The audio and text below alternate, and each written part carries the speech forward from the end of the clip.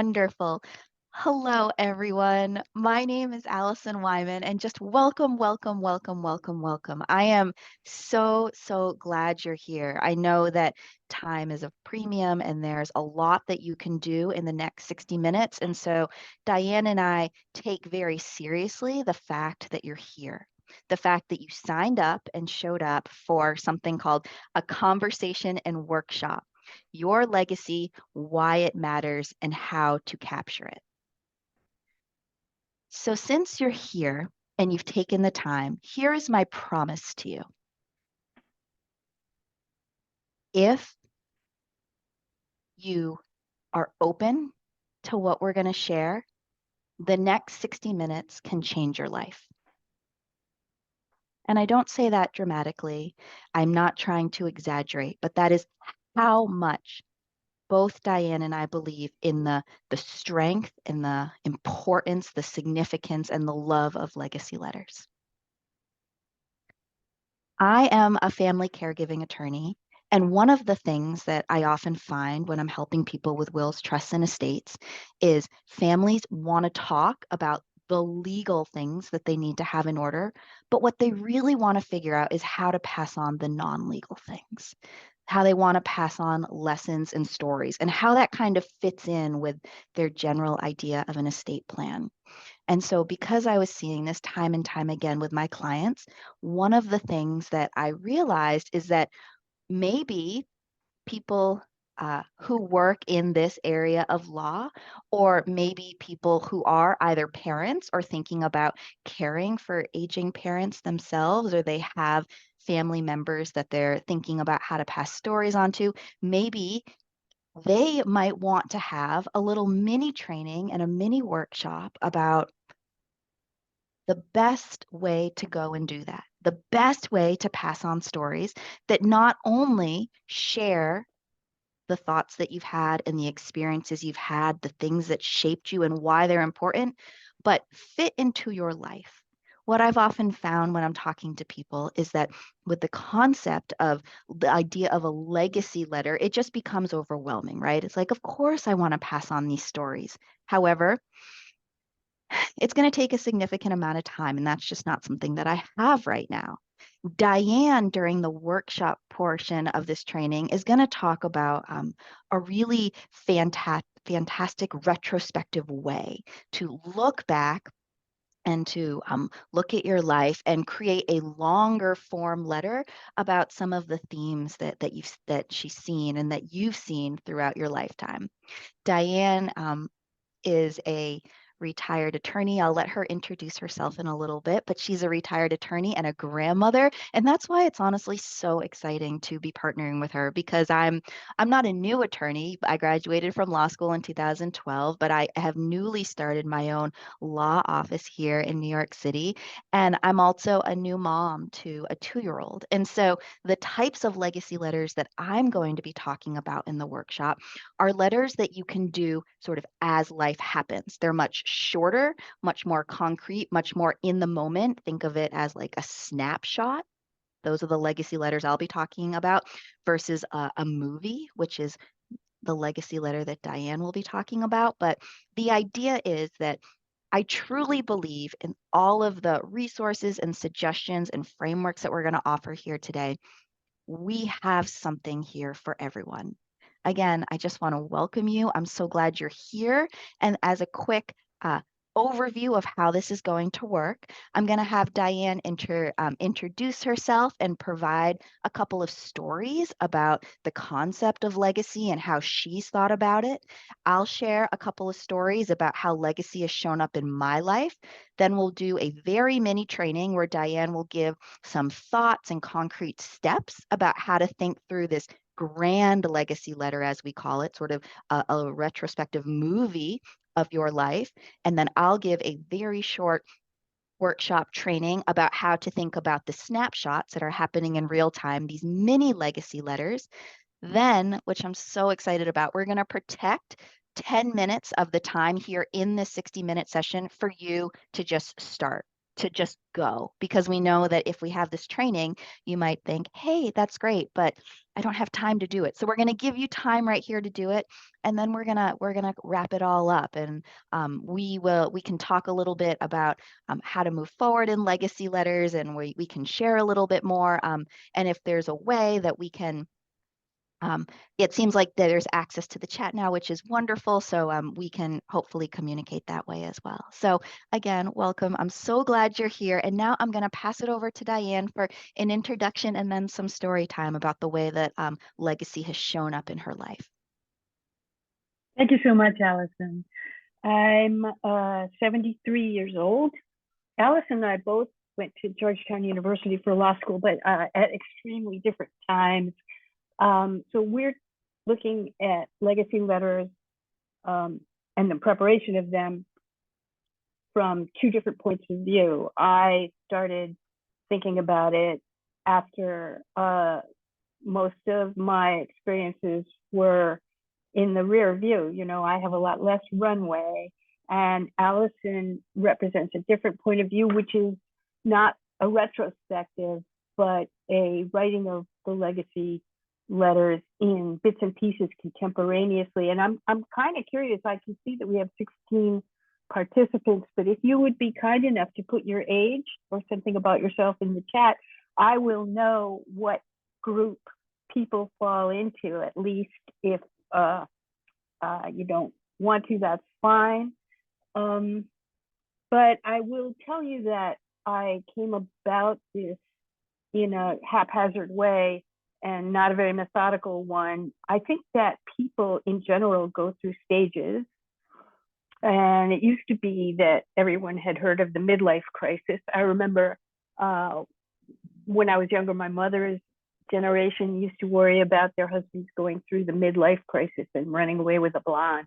And a big thing that they worried about was how to avoid that. And then, you know, it's not the same today, really. There's a lot of crises that you can have. You can have a quarter life crisis, which is pretty typical. You know, it's been, when you go from your 20s to your 30s, you go, I think there's even a name for it. There are movies and novels about this coming of age process. There's, of course, the midlife crisis. And I think that there is a three-quarter life crisis when people are towards the end of their expected run and they are looking back over their lives. Usually I hear this conversation from people who are about to retire or they have just retired, and they're thinking about how to use their time differently. And a common question that I hear people say is that as they look back over what they've done, they hope that it was enough, and they feel like they have this one last shot at cleaning up any mistakes that they made or injecting a little more meaning into a life that they thought they couldn't devote to anything more meaningful than earning money, or that they have something other than just sitting back and enjoying as their project rattling around in their minds. What could they do? I'm looking at this and the numbers are all over the place. We have older and middle-aged people, and I'm sure there are more than just people who have checked in, so I don't know if that's complete. But I saw this all start to roll out for me when I was approaching my 60th birthday. I think every time you hit a birthday, you get a little bit of a wrench and you think about how you're using your time. And if the first number is 6 or 7 or 8 or something, it's a different experience. And so I want to just take a quick moment to tell you a little bit about what ethical wills and legacy letters are, because I didn't actually know that they existed. Ethical wills are the kinds of things that were done for centuries, and I remember hearing about them. If you had any religious training as a child, you probably heard about them in Bible stories. People would be on their deathbeds and people would be gathered around. and it was a formal process for an ethical will. And when you write an ethical will or a legacy letter, you're not just writing about the intangible property you want to pass on. It's not just saying this was my life story and I want to pass on the autobiographical information about me or about the family or about the ancestry of your family. Typically, ethical will can include so many more things, just like forgiveness, asking for forgiveness or giving forgiveness to somebody who didn't ask for it. It can be about blessings. It can be about advice. It can just be saying that you want to send love or you want to send a message other than your life. But commonly people think of it as they talk about their biographical information, and then from that they draw some lessons. So when we get to the next part, I'll talk more about how I got interested in finding out about ethical wills, and we'll go on. But I want to give it back to Allison, having done the introduction, so I don't want to like get too far out of the scope. So why don't you take it away, Allison? Thank you, Diane. What I would like to share now is just a few stories that highlight, in general, the types of content that could go into a legacy letter. And again, I think this applies to whatever type of legacy letter that you're writing. But one of the things that comes up, and I work with people on this, and one of the things that comes up is they say, okay, Allison, I get it. I want to pass things on to my family. You don't have to convince me of that, but I'm not a Supreme Court justice.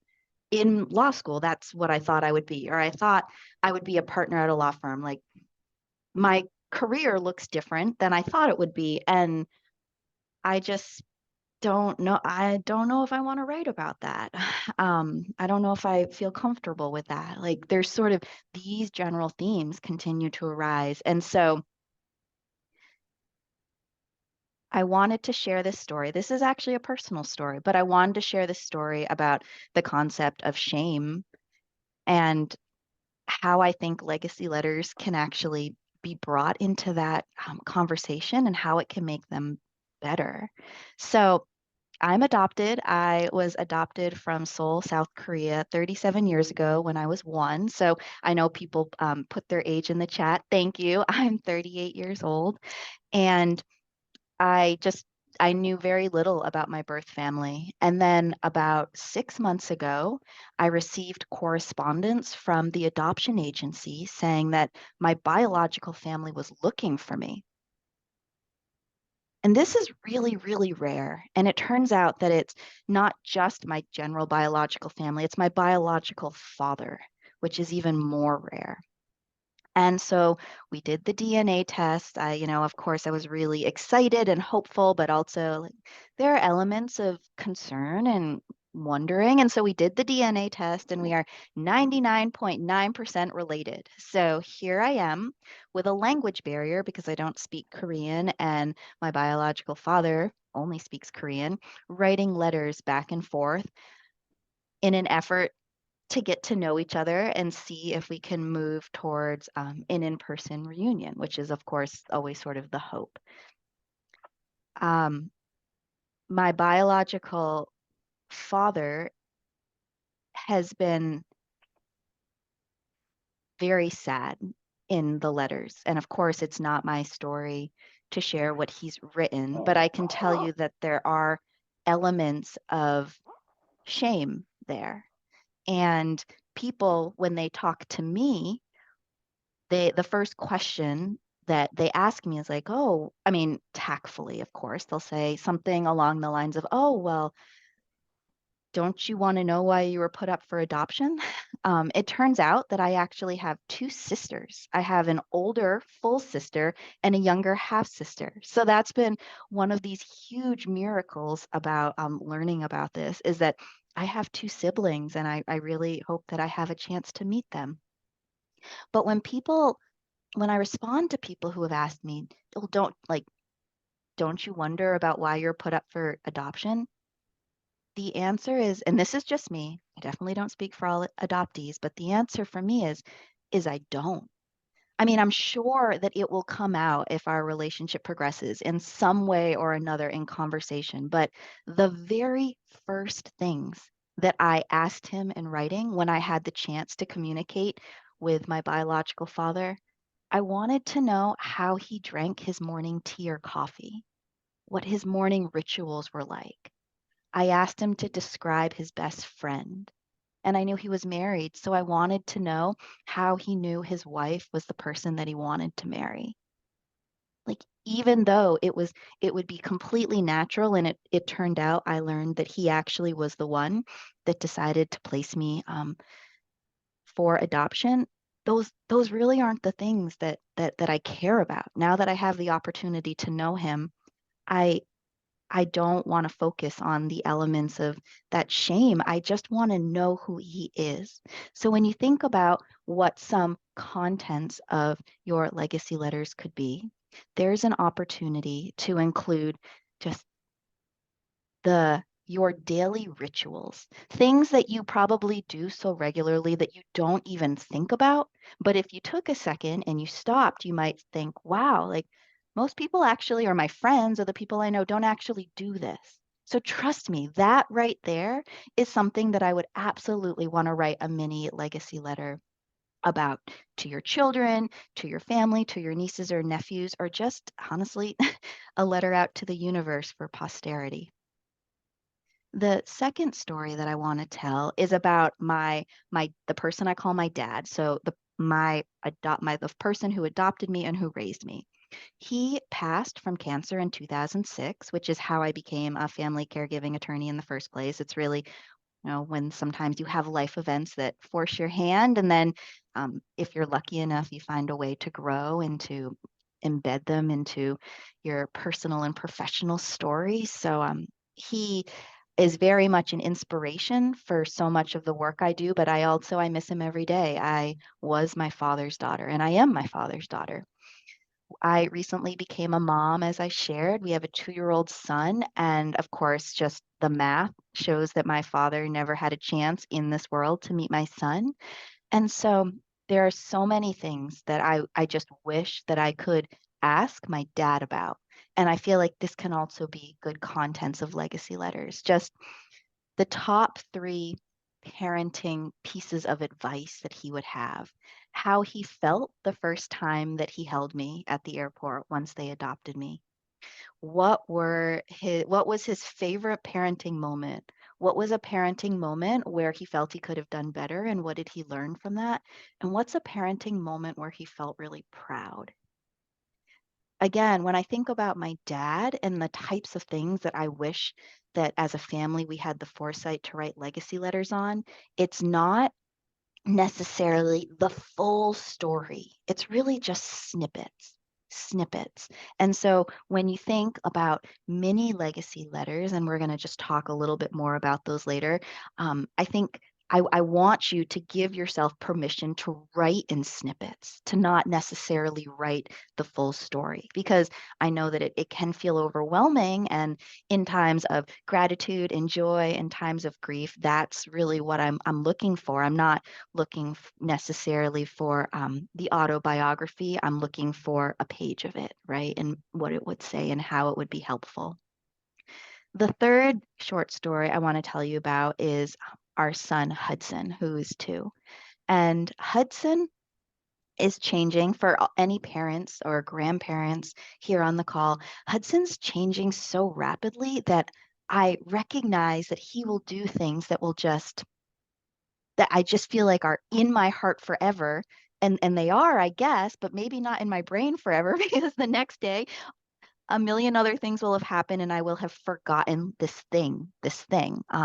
And everything, honestly, when I think about memories of him, unless I've documented them, whether it's through phone, through like videos or photos on my phone, or whether it's through writing, if I don't document them and actually write the date, whenever I think into the past, it all just feels like last week.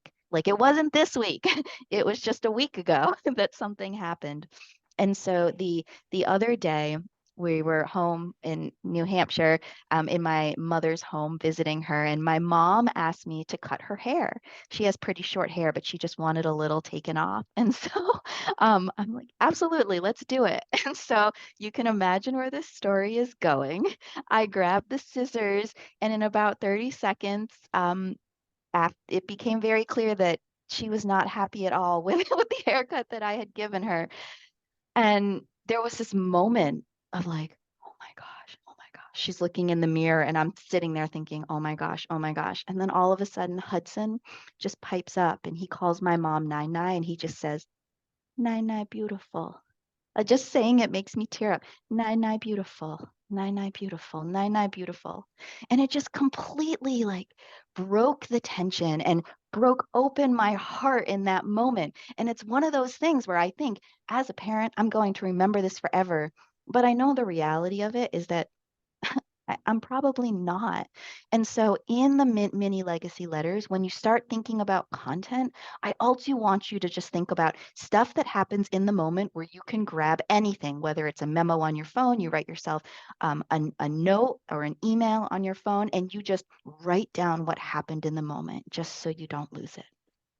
So those are the three stories that I wanted to share. And I wanted to wind up this session, that like this session or this section of my storytelling session, with the idea that there are times when I'll share a little bit about, for instance, my biological father, and people will say, well, Allison, of course you should document that. Like, that's amazing. Those things never happen, but that's not my life. Like, nothing like that ever has or ever will happen to me. And the thing though, the faulty part of that reasoning is that for my family, particularly for my son, this story matters. Like, it matters to him. It matters to his very being and to who he is, his bloodline, and the reasons, the way that, that he thinks and he does the things that he does.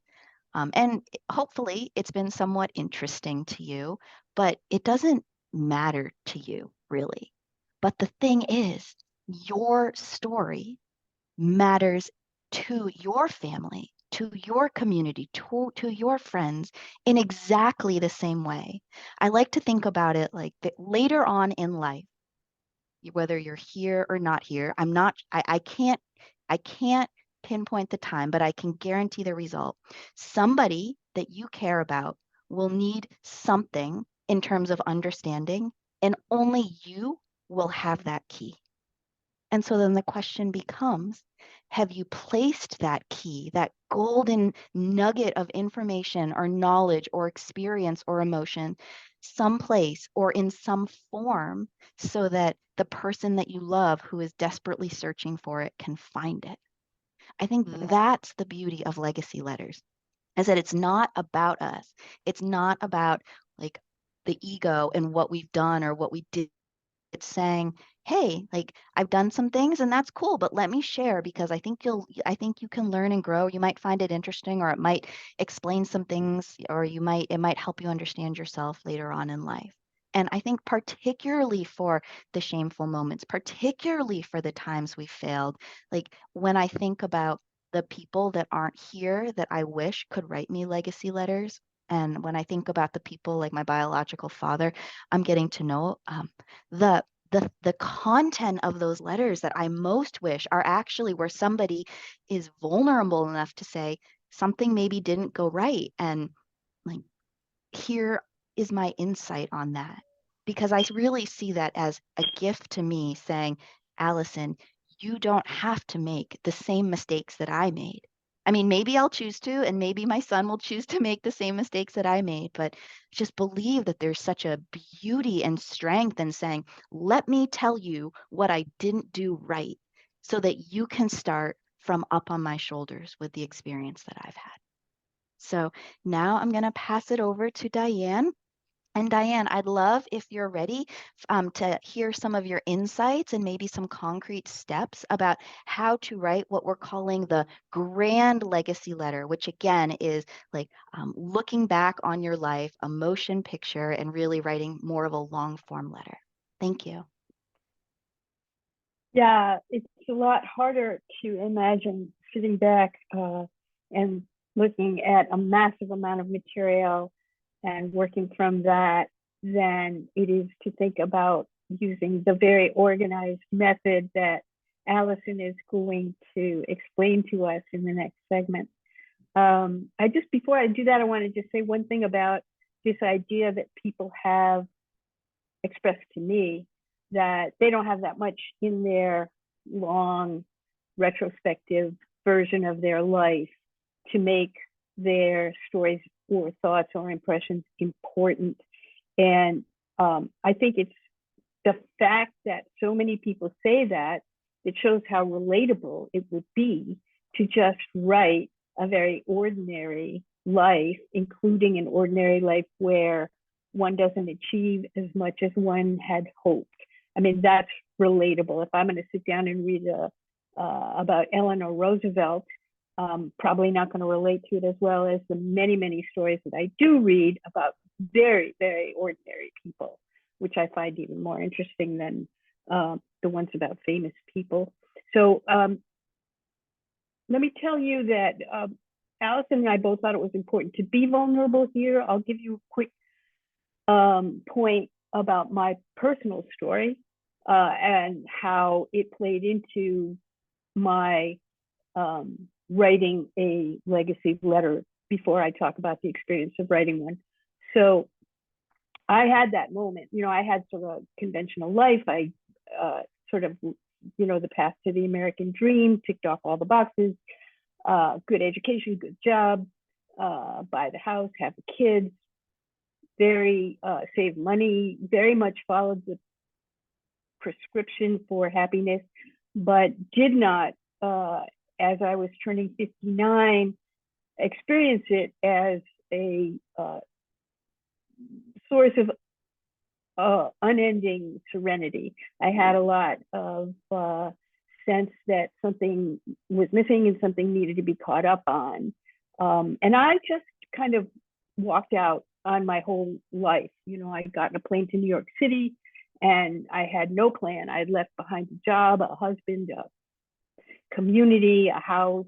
And I also had the unusual experience of being in a pandemic. So I was locked in on penalty of death to a small studio apartment with a computer. And I can't think of anything else that would have worked to force me to sit still and write. I was able to take the time to search through what I thought was valuable. And I use writing as a tool to understanding. If something happens to me, I'm not even clear what I think about it until after I've tried writing about it. So I was using my experience of writing about sorting out my values and thinking about what I had done and what, with the whole range of choices open to me in this do-over that I had given myself, what I might still try to do. And in that background, I had one other element, which is that I thought I probably should write my will, because you don't maybe remember it now, but when the pandemic first started, we were having lots of people die, and we were all kind of afraid that we were going to die if we were in that high risk age group, which I was in. So I just kind of felt like it would be irresponsible if I didn't write my will. And I ended up writing as a cover letter to my will, what has become my ethical will. And that's included in the material that you were sent. If you weren't sent that material prior to this, I'm sure the Bar Association will get it out to you, or you can reach out to me or Allison and we'll get it out to you. In that material, there are sample ethical wills written by various people, famous and otherwise. So my method is not one that's easily repeatable. I think you're going to hear from Allison about the method that you can take up now, and it's much more possible to apply her methods. Maybe this is a good time for me to hand it back to you, Allison. Okay, great. Thank you, Diane. So I think I'm going to talk a little bit about how to actually functionally go about mini legacy letters. But Diane, I just want to make sure. I know that we're going to start in pretty soon on that 10-minute protected time. Do you want to share a little bit just about in that time what you feel like people could do if they wanted to write the grand legacy letters, or do you want me to go first? I'm happy to go. I just want to make sure because I do feel like you have a lot of beautiful insights about writing those grand legacy letters, if there was just something in terms of concrete steps that people could do here in this 10 minutes. Oh, what I have to say is going to be very short. You just do everything you think of to do. I was fairly random and chaotic. I pulled up essays and journal entries. I looked back over my hard drive. I pulled out photos, scrapbooks. I sat still for hours and I just thought about what moved me, and I did a lot of just free writing where I would sit down and just write rubbish, rubbish, rubbish until I was sort of lubed up and ready to go back over it and chisel away and chisel away. And it wrote itself. I mean, that's probably very cliche, but it revealed itself to me that I kept throwing out stuff that wasn't useful. As a person who's been a trial lawyer for 35 years, I was very used to writing. I was very used to looking for the story to tell, because that is what you do when you conduct a trial.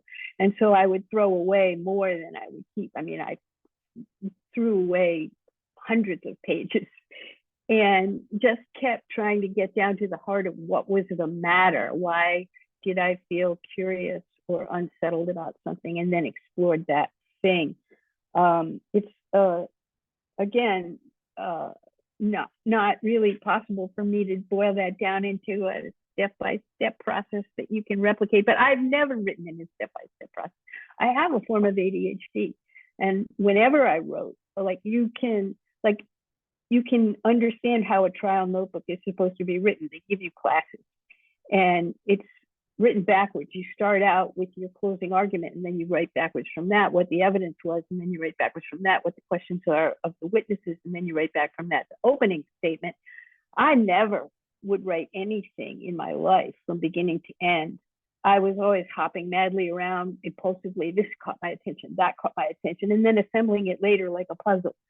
So if that is of any use to anyone, please take inspiration from it. But I don't know that it's useful in general. That's really all I've got. It's a massive experience to look back over.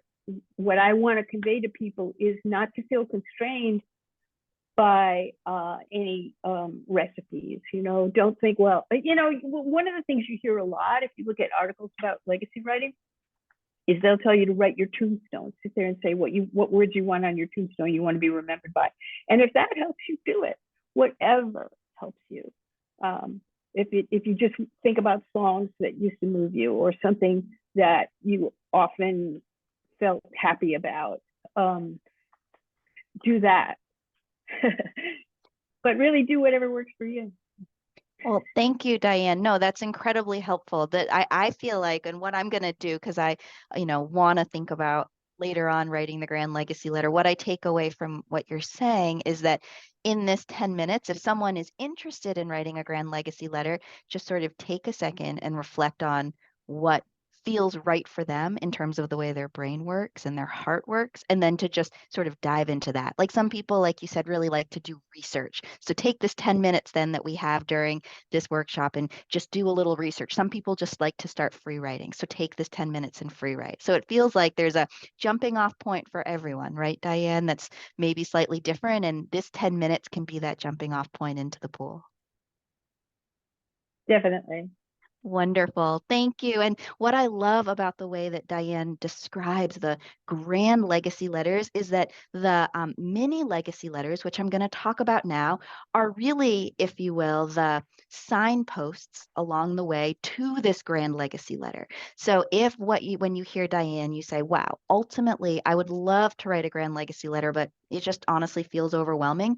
Like Diane said, when she went back and she reviewed journals and she thought about experiences and she looked at she thought about songs she loves. If you do mini legacy letters on a periodic basis, then you'll just have sort of all of these, let's pretend they're post-its. And I, like Diane said, I think just in looking at maybe those post-its that you've created, you will see the theme or the framework for the grand legacy letter. So I really feel like what I'm about to share with you not only works for in the moment, I don't want to do a grand legacy letter, I don't have time to, I just want to record things. Two, I want to create a grand legacy letter. I don't know where to start, so I'm just going to start small. Okay, so the concept of mini legacy letters, and I know we've covered this, but I just want to say it again, is that we're capturing of snapshots of either an event or snapshots of a thought. So I gave some stories about content, but when you think about what the content of a mini legacy letter could be, I think one of the easiest things to do is to just do it seasonally. So right now, if you wanted to try to write a mini legacy letter for October, you could just think about this month, October, and you could write what you feel. You could write if whether or not you like the seasons, if you see foliage, what has happened good in October in your life. You could write about what's happening right now in your life in this October, but you kind of use the month and the seasons that come with that month as a general framework. I feel like this is normally easiest for people because they don't have to think of their own framework. They just have to say, okay, it's October.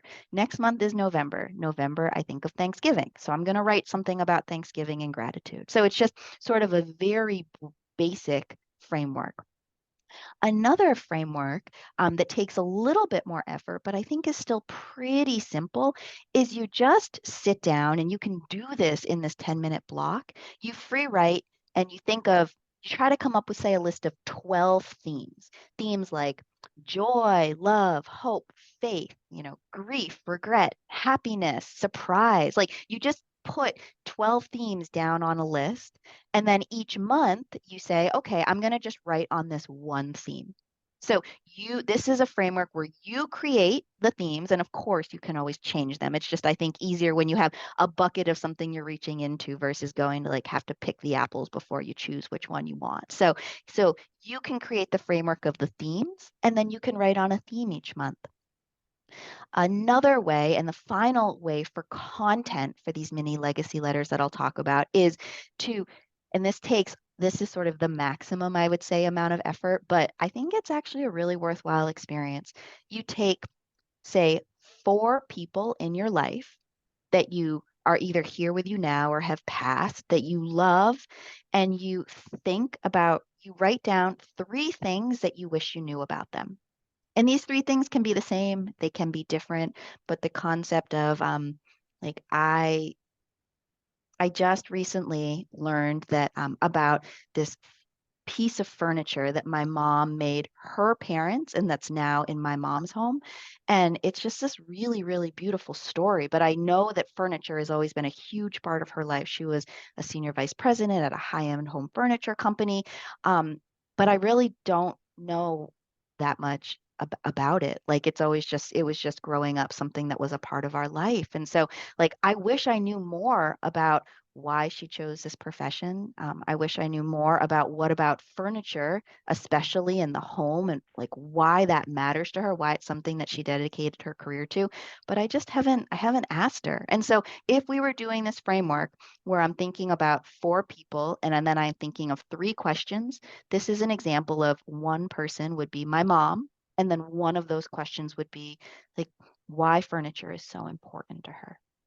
So these are 3 buckets of thinking about content. But again, anything you write, anything you think is important.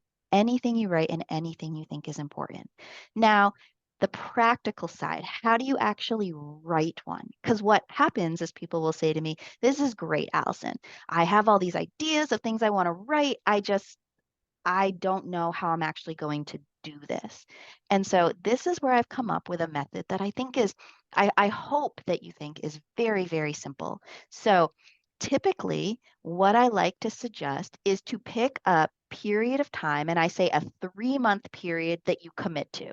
You just say, I am going to do this for 3 months and I'm going to do it once a month. I'm just going to try it out and see how it goes. So you have this 3-month period of time, and then you choose a date each month. So say the 20th of the month, and you put it on your calendar, and then you say, on the 20th of the month, I am going to sit down for 20 minutes, that's all, with a pen and paper, and I'm going to write my mini legacy letter. So all we're really asking for mini legacy letters, and all you need to actually do this, is one day a month, a 20-minute period. And then if people want to get sort of a little fancy, I say, okay, so then you put on your calendar a week before you're going to write. So if you're going to write on the 20th of the month, you put on your calendar on the 13th to just choose a theme, but you don't write anything down. You don't outline, because this isn't going to be perfect. It's going to be messy, but the important thing is that it'll be done. Something will exist that's tangible. And then you just, for the next 7 days, as you're going about your life, you just let this theme sort of theme marinate in the back of your brain. So you let it just steep there. And then on the 20th, you sit down, you set a timer for 20 minutes, and then you just write. And then just to sort of wrap up how simple this can be, I would have a series of envelopes. I would put the letter, fold it in, and I would put it into the envelope. On the front of the envelope, you can decide whether or not you want to seal it. And then on the front of the envelope, I would write the date, your name, and then if you've done a theme or there's something like a season, there's something else about it that you might just want to remember, I would just write that on the front, maybe the question that you're answering, just as a reminder, and then you put it away somewhere. At this point, in terms of writing legacy letters, you don't have to think like, oh, what is the process in the system for me to make sure the exact person gets it like now? No, you can keep it in your study. Like I'd say, as a lawyer, keep it in a waterproof box just because I care, about your documents being safe. But all you have to do is keep it somewhere.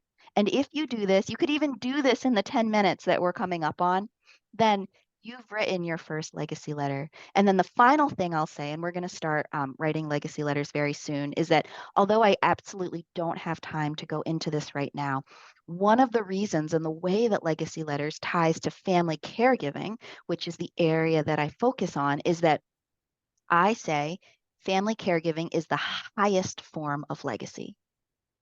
And so what this means is if you are expecting to either be a caregiver at some point or you're expecting to receive care at some point, there will be a time when your family, say you're going to receive care, where your family will need to take the biggest and hardest exam that they have ever taken.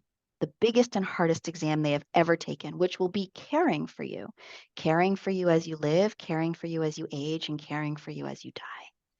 That's, I'm a 2-time cancer caregiver to my parents, and that is like, it is the most honorable and noble and also one of the most difficult things in the entire world. And the beauty of how legacy letter ties into family caregiving is that I really believe that those legacy letters are a playbook on your life. So it's a playbook on the things that matter to you, and it's a playbook for how you want to be cared for, and how people can love you in a way that actually helps. So that's all I'll say about family caregiving and legacy letters. But of course, I'm always available later should anyone want to talk about this because it's my absolute passion. With that said, we are going to jump into a 10-minute silent period. We're just going to mute, turn off our cameras. We're going to set an alarm.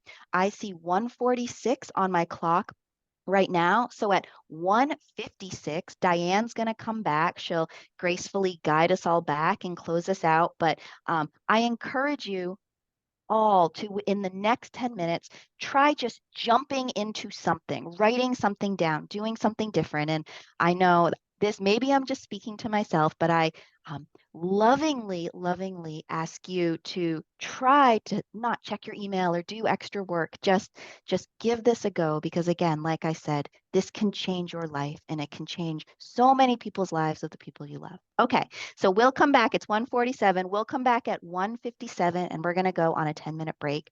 Thank you all.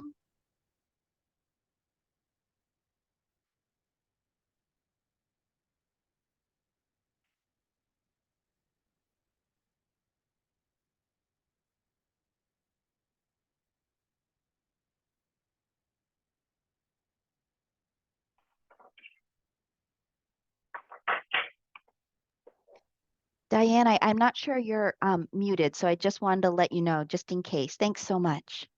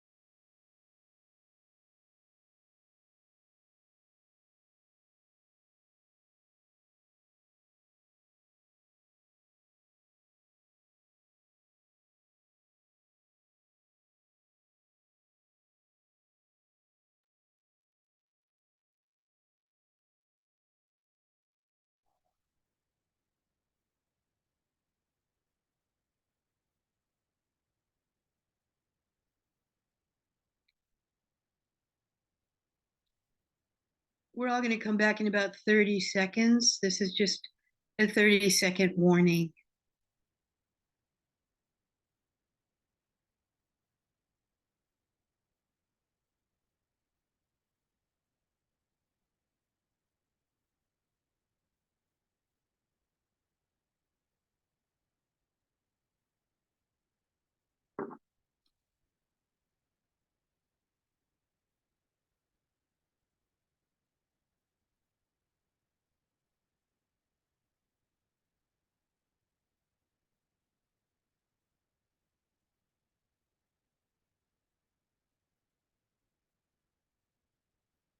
Allison, can you hear me?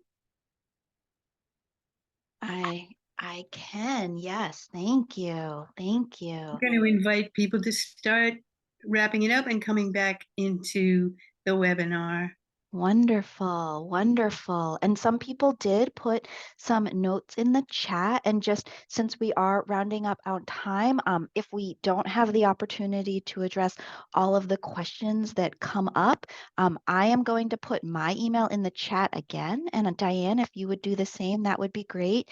Know that this is both of our passions. I mean, an absolute passion. So it would be a joy to talk to any of you or to all of you about how legacy letters can fit into your life. So just know this is hopefully just a primer to, make you feel excited. But if you really want to do it and you're still feeling a little stuck, please reach out. I'd love to connect. And I don't want to speak for Diane, but it's my sense that she feels the same way. I do. I just put a contact for me into the chat. Anyone can reach me anytime, and I would be very, very happy to hear from you if you decide to do that.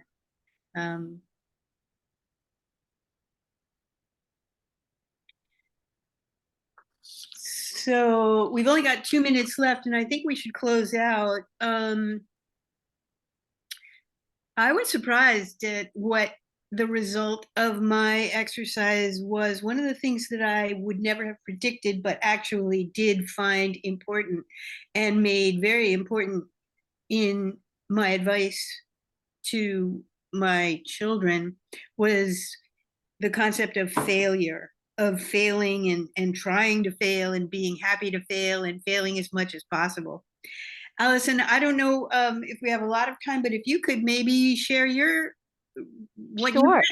Sure. I told Diane that in this 10 minutes, I was going to try to write something. So I just wrote something very brief, but I just wanted to share it. And again, it's personal and it's vulnerable, but I want to share it because this is what I think the power of these letters are. So October 20th, 2023. Dear Hudson, I'm currently in the middle of a workshop for the New York City Bar. I feel so incredibly fortunate to be able to spend this hour with Diane talking to lawyers about legacy. I am struck with how, when you say yes, you can never really know the fullness and beauty of what you're saying yes to. When I had the chance to present here, I knew I would learn a great deal, but I didn't know my meetings with Diane would touch my heart in such a way that she would become a dear, dear friend and mentor. In a short time, I've come to know and trust Diane, and she's even had the chance to meet Nai Nai. I didn't know presenting would lead to such a beautiful friendship, but I shouldn't be surprised because God is always gently guiding us towards our kindred spirits. Dear Hudson, I never want you to be afraid to say yes to something because of the unknown. Think about it, of course, but for all the potentially challenging things that could happen, know there's at least an equal measure of amazing things that could occur. The world is supporting you, my dear son, and you are so loved. Love, Mama. Oh, well, I certainly appreciate the compliment to me, and I was very glad that I was able to introduce my daughter to you, Allison. And granddaughter. That's right. So I hope a lot of families will connect from this. Please reach out to us. If you want, we can set something up where people can reach out to each other or work together. It's entirely your choice, but I hope you enjoyed this webinar. And it's now 2:00, so we are going to have to leave it there. Thank you, everyone. Thank you. Thank you for your time.